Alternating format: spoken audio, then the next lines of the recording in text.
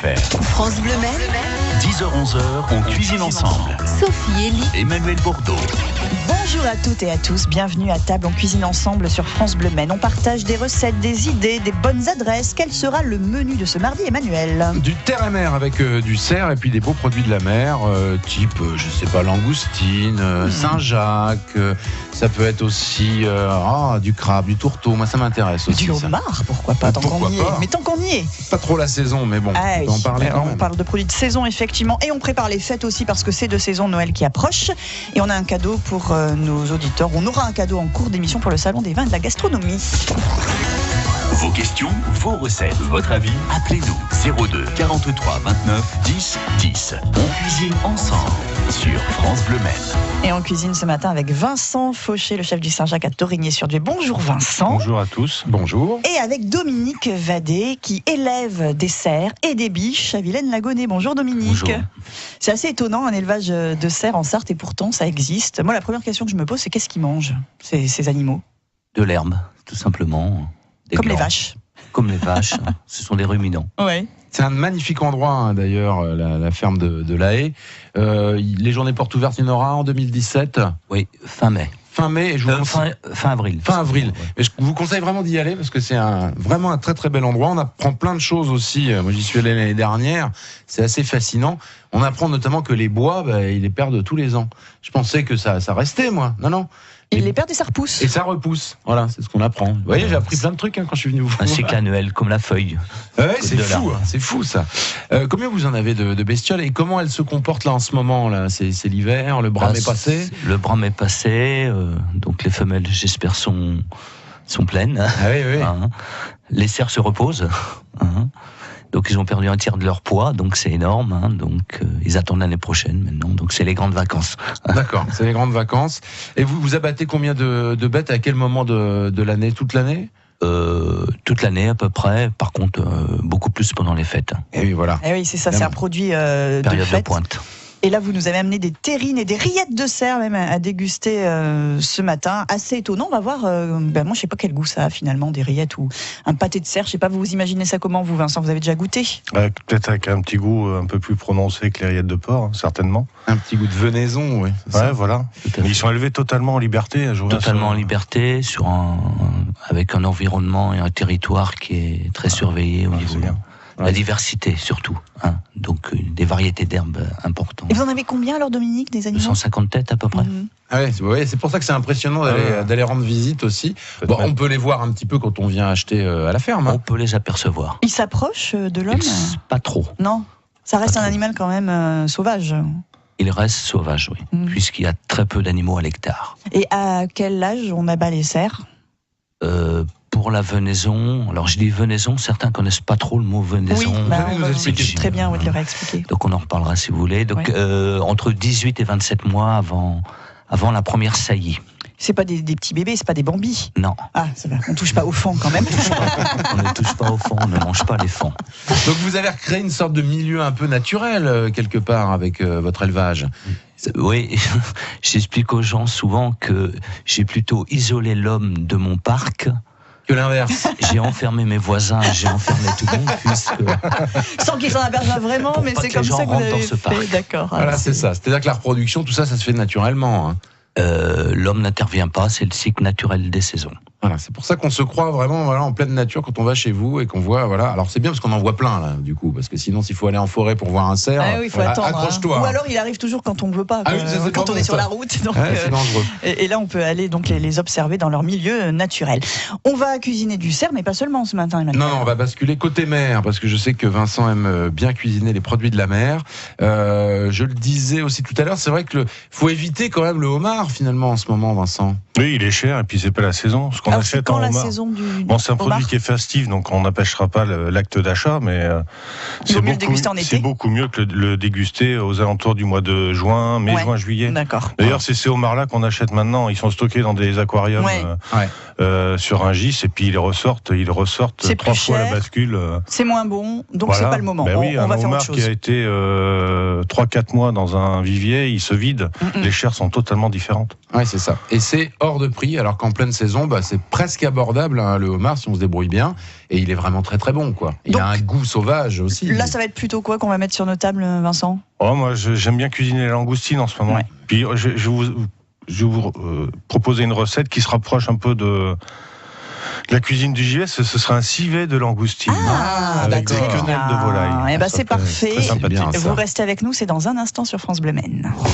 10h-11h. Emmanuel Bordeaux, Sophie Elie. On cuisine ensemble sur France Bleu Maine. Et c'est passionnant, les histoires de cerfs et de biches avec Dominique Vadet, qui est éleveur à Vilaine-Lagonnais, la ferme de la Haie. Si je ne me trompe pas, Dominique. Et Vincent Fauché, c'est le chef du Saint-Jacques à Torigné-sur-Dieu. On va revenir au cerf, bien évidemment. Et on va s'inspirer justement du gibier pour une recette avec des langoustines, Vincent. Voilà, des langoustines en civet. Je les prépare en civet. Donc le choix de la langoustine est hyper important. Il faut vraiment de la langoustine fraîche. On arrive à avoir la chance d'avoir de la langoustine du Guilvenec. C'est beaucoup mieux. Elle est délicieuse, cette langoustine, parce que il y a une notion de terroir aussi pour les produits, les crustacés. La guilvenette, elle n'est pas plus chère que toutes les autres pour une simple et bonne raison qu'elle s'alimente dans des milieux, dans un milieu aquatique qui est vraiment formidable. C'est pour ça que ça donne un véritable goût. C'est vraiment divin, la langoustine du Guilvenec. C'est comme les moules, c'est tout ça, ça dépend. La façon dont c'est pêché, la langoustine d'Écosse, par exemple, elle n'est pas comparable du tout. Donc on va acheter de la langoustine, je dirais, d'un calibrage, on va acheter de la 16-20, il y en a 16 ou 20 kilos. Si on peut acheter de la 10-15 aussi, elle est un peu plus chère, mais elle est beaucoup plus grosse.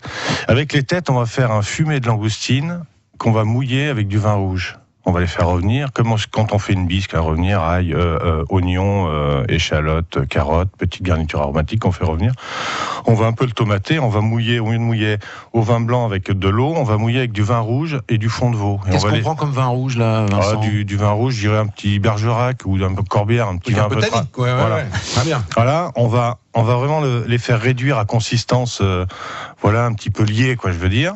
Ensuite, on va poêler nos langoustines et à côté de ça, on va faire une petite garniture avec des oignons grelots, un peu de poitrine fumée. On va faire revenir tout ça avec des petites, quelques petites girolles si on a, quelques petits champignons de Paris aussi, bien frais, des petits champignons de bouton. Et à côté de ça, on va faire des petites quenelles tendres de volaille. Alors on va prendre de la bonne volaille de louet, des petits filets de louet, on va faire une farce fine, c'est-à-dire on va mixer nos petits dés de filets de volaille avec du blanc d'œuf. Alors j'insiste, d'abord le blanc d'œuf et après la crème, c'est important. Blanc d'œuf, on va la mixer avec du sel, du poivre, on va rajouter tout petit à petit, après, quand il y a vraiment une consistance homogène avec le blanc d'œuf et la volaille, on va rajouter la crème. Ça va donner une petite farce fine, très très lisse. Après, on peut la passer au tamis, si on a un petit tamis, mais on peut la laisser totalement telle quelle. Et ensuite, on va la pocher dans un petit fond de volaille qu'on aura fait avec... On va pocher notre petite quenelle de volaille. Et ensuite, on va servir ça dans des petites cocottes. On va faire poêler nos langoustines. On va mettre notre garniture à l'intérieur. On va poser notre petite quenelle de volaille et puis on va arroser avec cette sauce civet. Et ça, c'est divinement bon. C'est à la carte du Saint-Jacques. Je vais le faire. J'y pense fortement. Vous m'envoyez un petit SMS, Vincent, quand c'est à la carte. Une petite photo. Oui, mais je viendrai manger ça. Ça a l'air génial. Ça. Ça plaît aussi à Dominique, visiblement. On commence à saliver. Alors Dominique, vous faites aussi du terre-et-mer. C'est marrant ça parce que vous fumez une partie du cerf. Quelle partie du cerf vous fumez ? Tout simplement la noix pâtissière. D'accord. Qu'est-ce que la noix pâtissière ? C'est, on va dire, chez le porc, c'est le jambon. D'accord. Oui, alors c'est ce qu'on disait en antenne. Dans le cochon, tout est bon, mais dans le cerf aussi. Voilà, il faut savoir l'accommoder, mais tout est bon. D'accord. Et cette noix pâtissière, vous utilisez du produit de la mer aussi après ? Voilà, un peu. L'idée, par exemple, pour l'apéritif, quelques toasts, on peut faire donc cette viande fumée qui est tranchée d'avance. Elle est fumée et séchée. D'accord. Et donc salé.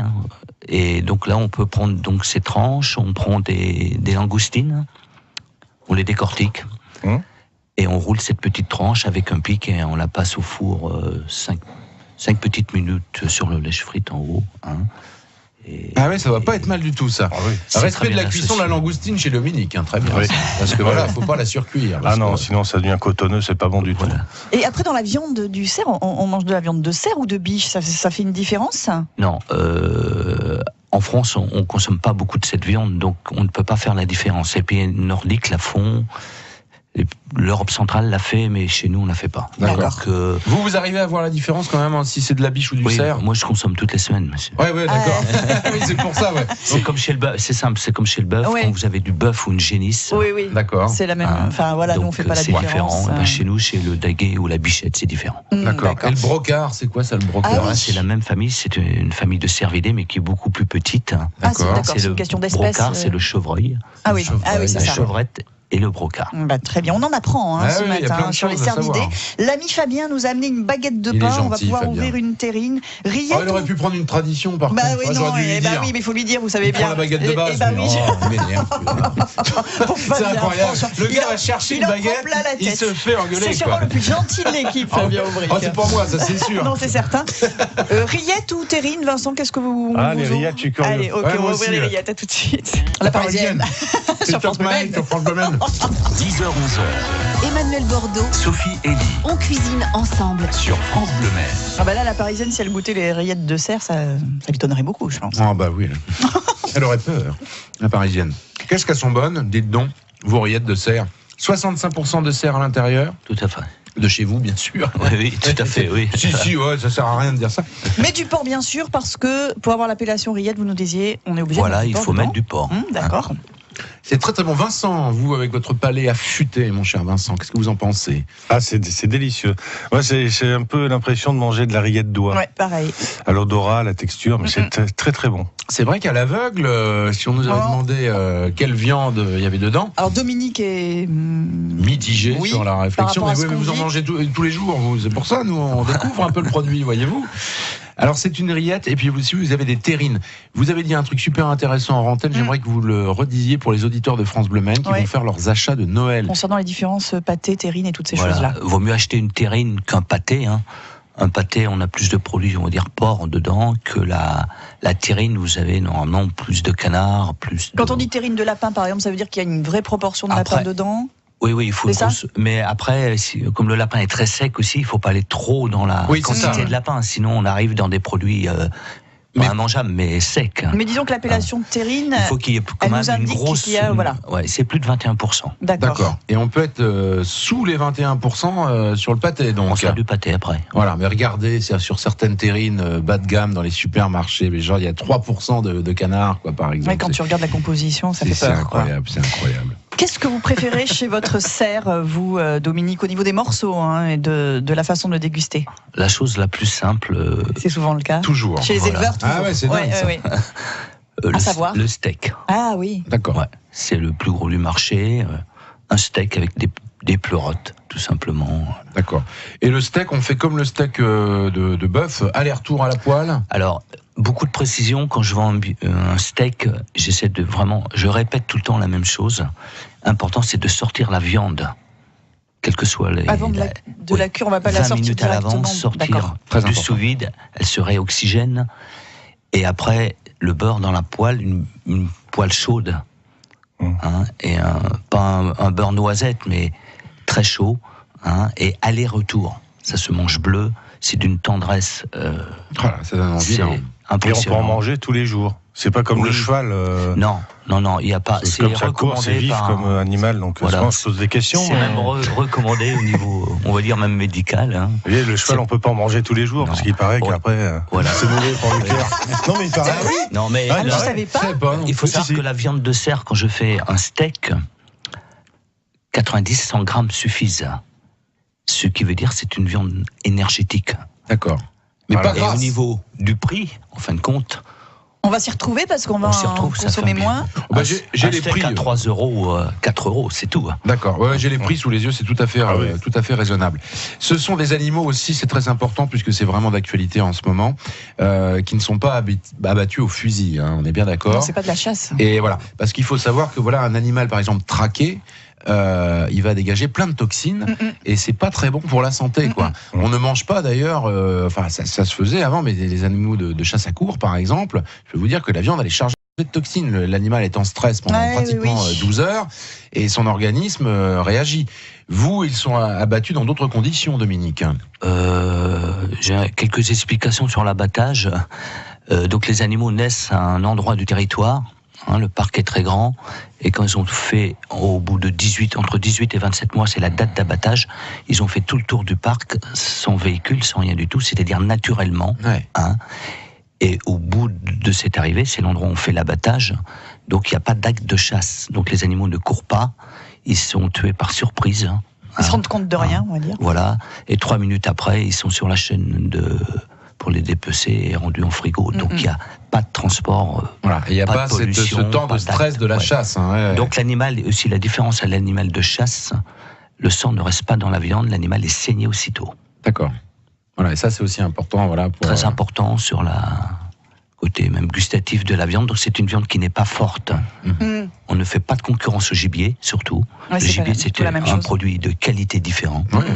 Et notre viande est tout à fait différente de celle du gibier. Et je précise que vous faites de la vente directe à la ferme. On donnera tous les détails évidemment en fin d'émission. Également. Et d'autres recettes à venir évidemment. Oui. Alors moi je revisite l'avocat au crabe. C'est pas moi, c'est un très grand chef français qui s'appelle Pascal Barbeau. J'ai déjà mangé son avocat crabe. C'est une tuerie. Une tuerie. Allez, dans un instant. 02 43 29 10 10. On cuisine ensemble sur France Bleu Maine. Petite question toute simple, l'assaisonnement de vos rillettes de cerf, Dominique, il y a quoi dedans ? Sel, poivre. Voilà. Ça c'est fait. Ouais. Au moins c'est une recette. Pas un petit alcool, rapide. pas un bout de laurier, que dalle.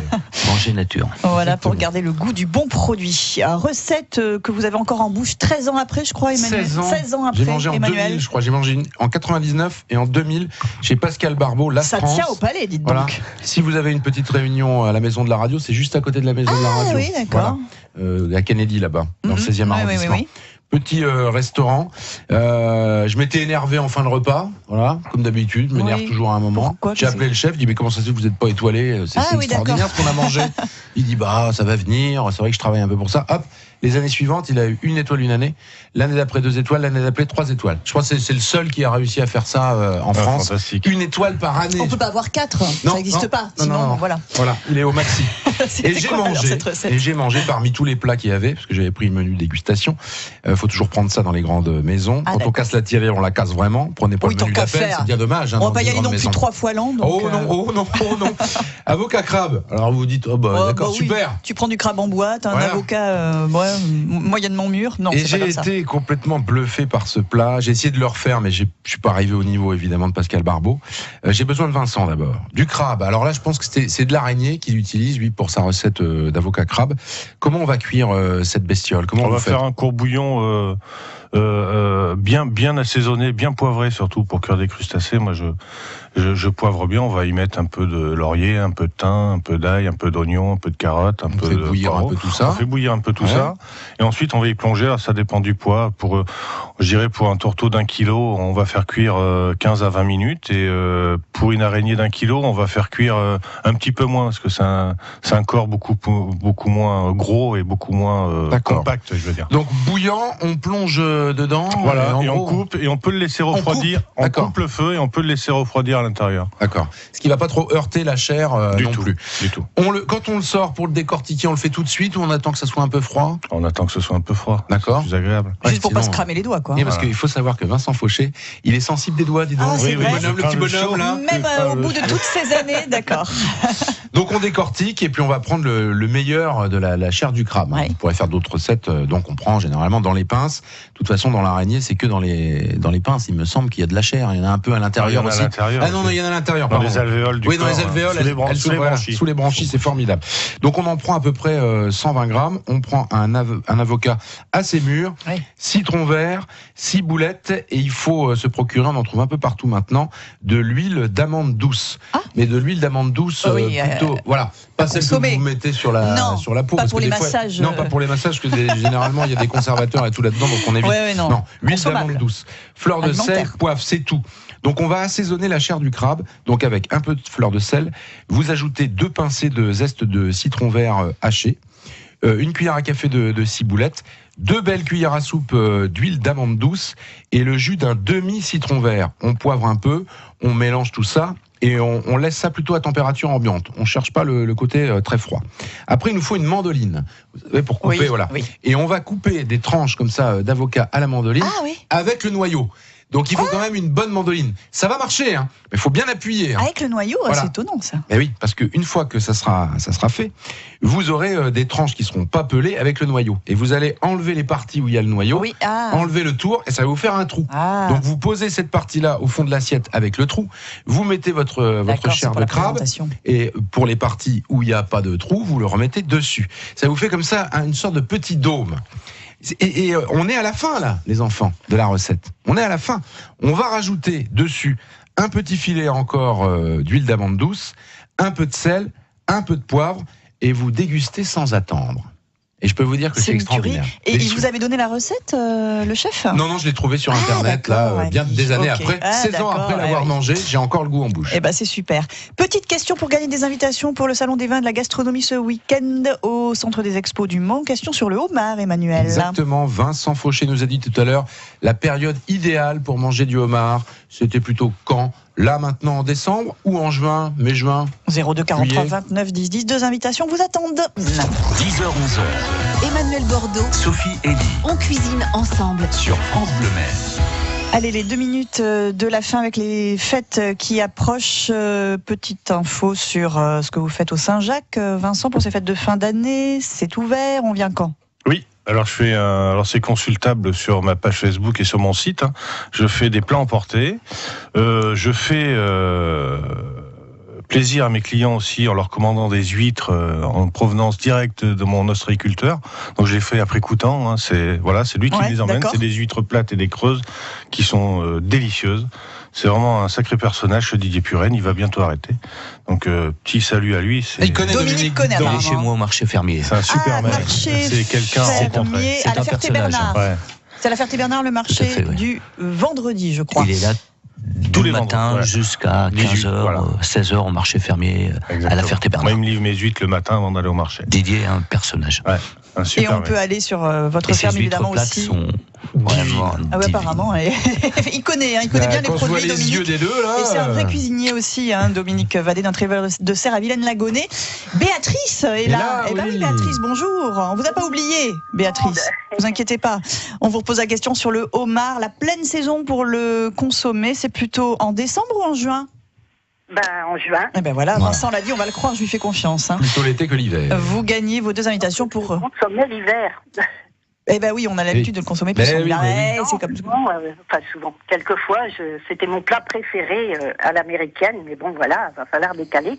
Essayez de le faire l'été prochain, vous verrez, Béatrice. C'est comme l'agneau, on a appris que c'était plutôt maintenant qu'il fallait le manger, l'agneau. Il y a ça aussi. Il y a plein de choses sur les habitudes qu'il faut changer. Vous irez ce week-end au Salon du vin et de la gastronomie. Vous trouverez plein de produits de saison aussi sur place au Mans. Merci beaucoup, Béatrice. Pour commander les produits, un filet en rôti, cuisseau en rôti, c'est du cerf, tout ça, épaules, viande à fondue, viande à sauter, puis les terrines et puis les rillettes. On vient à la ferme directement ou alors sur les marchés que vous faites régulièrement. Jacobin, Le Mans, Pont-Lieu le dimanche. On met tout ça sur notre page Facebook francebleu.fr. Et il y a un site internet serreduperche.com. Le lien vous le trouverez aussi chez nous ainsi que celui du Saint-Jacques. Très bien. Merci Vincent, merci Dominique, à très bientôt, au revoir. France Bleu Maine, on cuisine ensemble. Et demain, avec François Ricordeau, le restaurant c'est l'Épicurieux au Mans. Nous allons donc cuisiner ensemble, Emmanuel. Et puis on va parler du vin aussi, avec une opération très sympa dans le Vieux Mans, où on mêle vin, art et gastronomie. Très bien, demain 10h.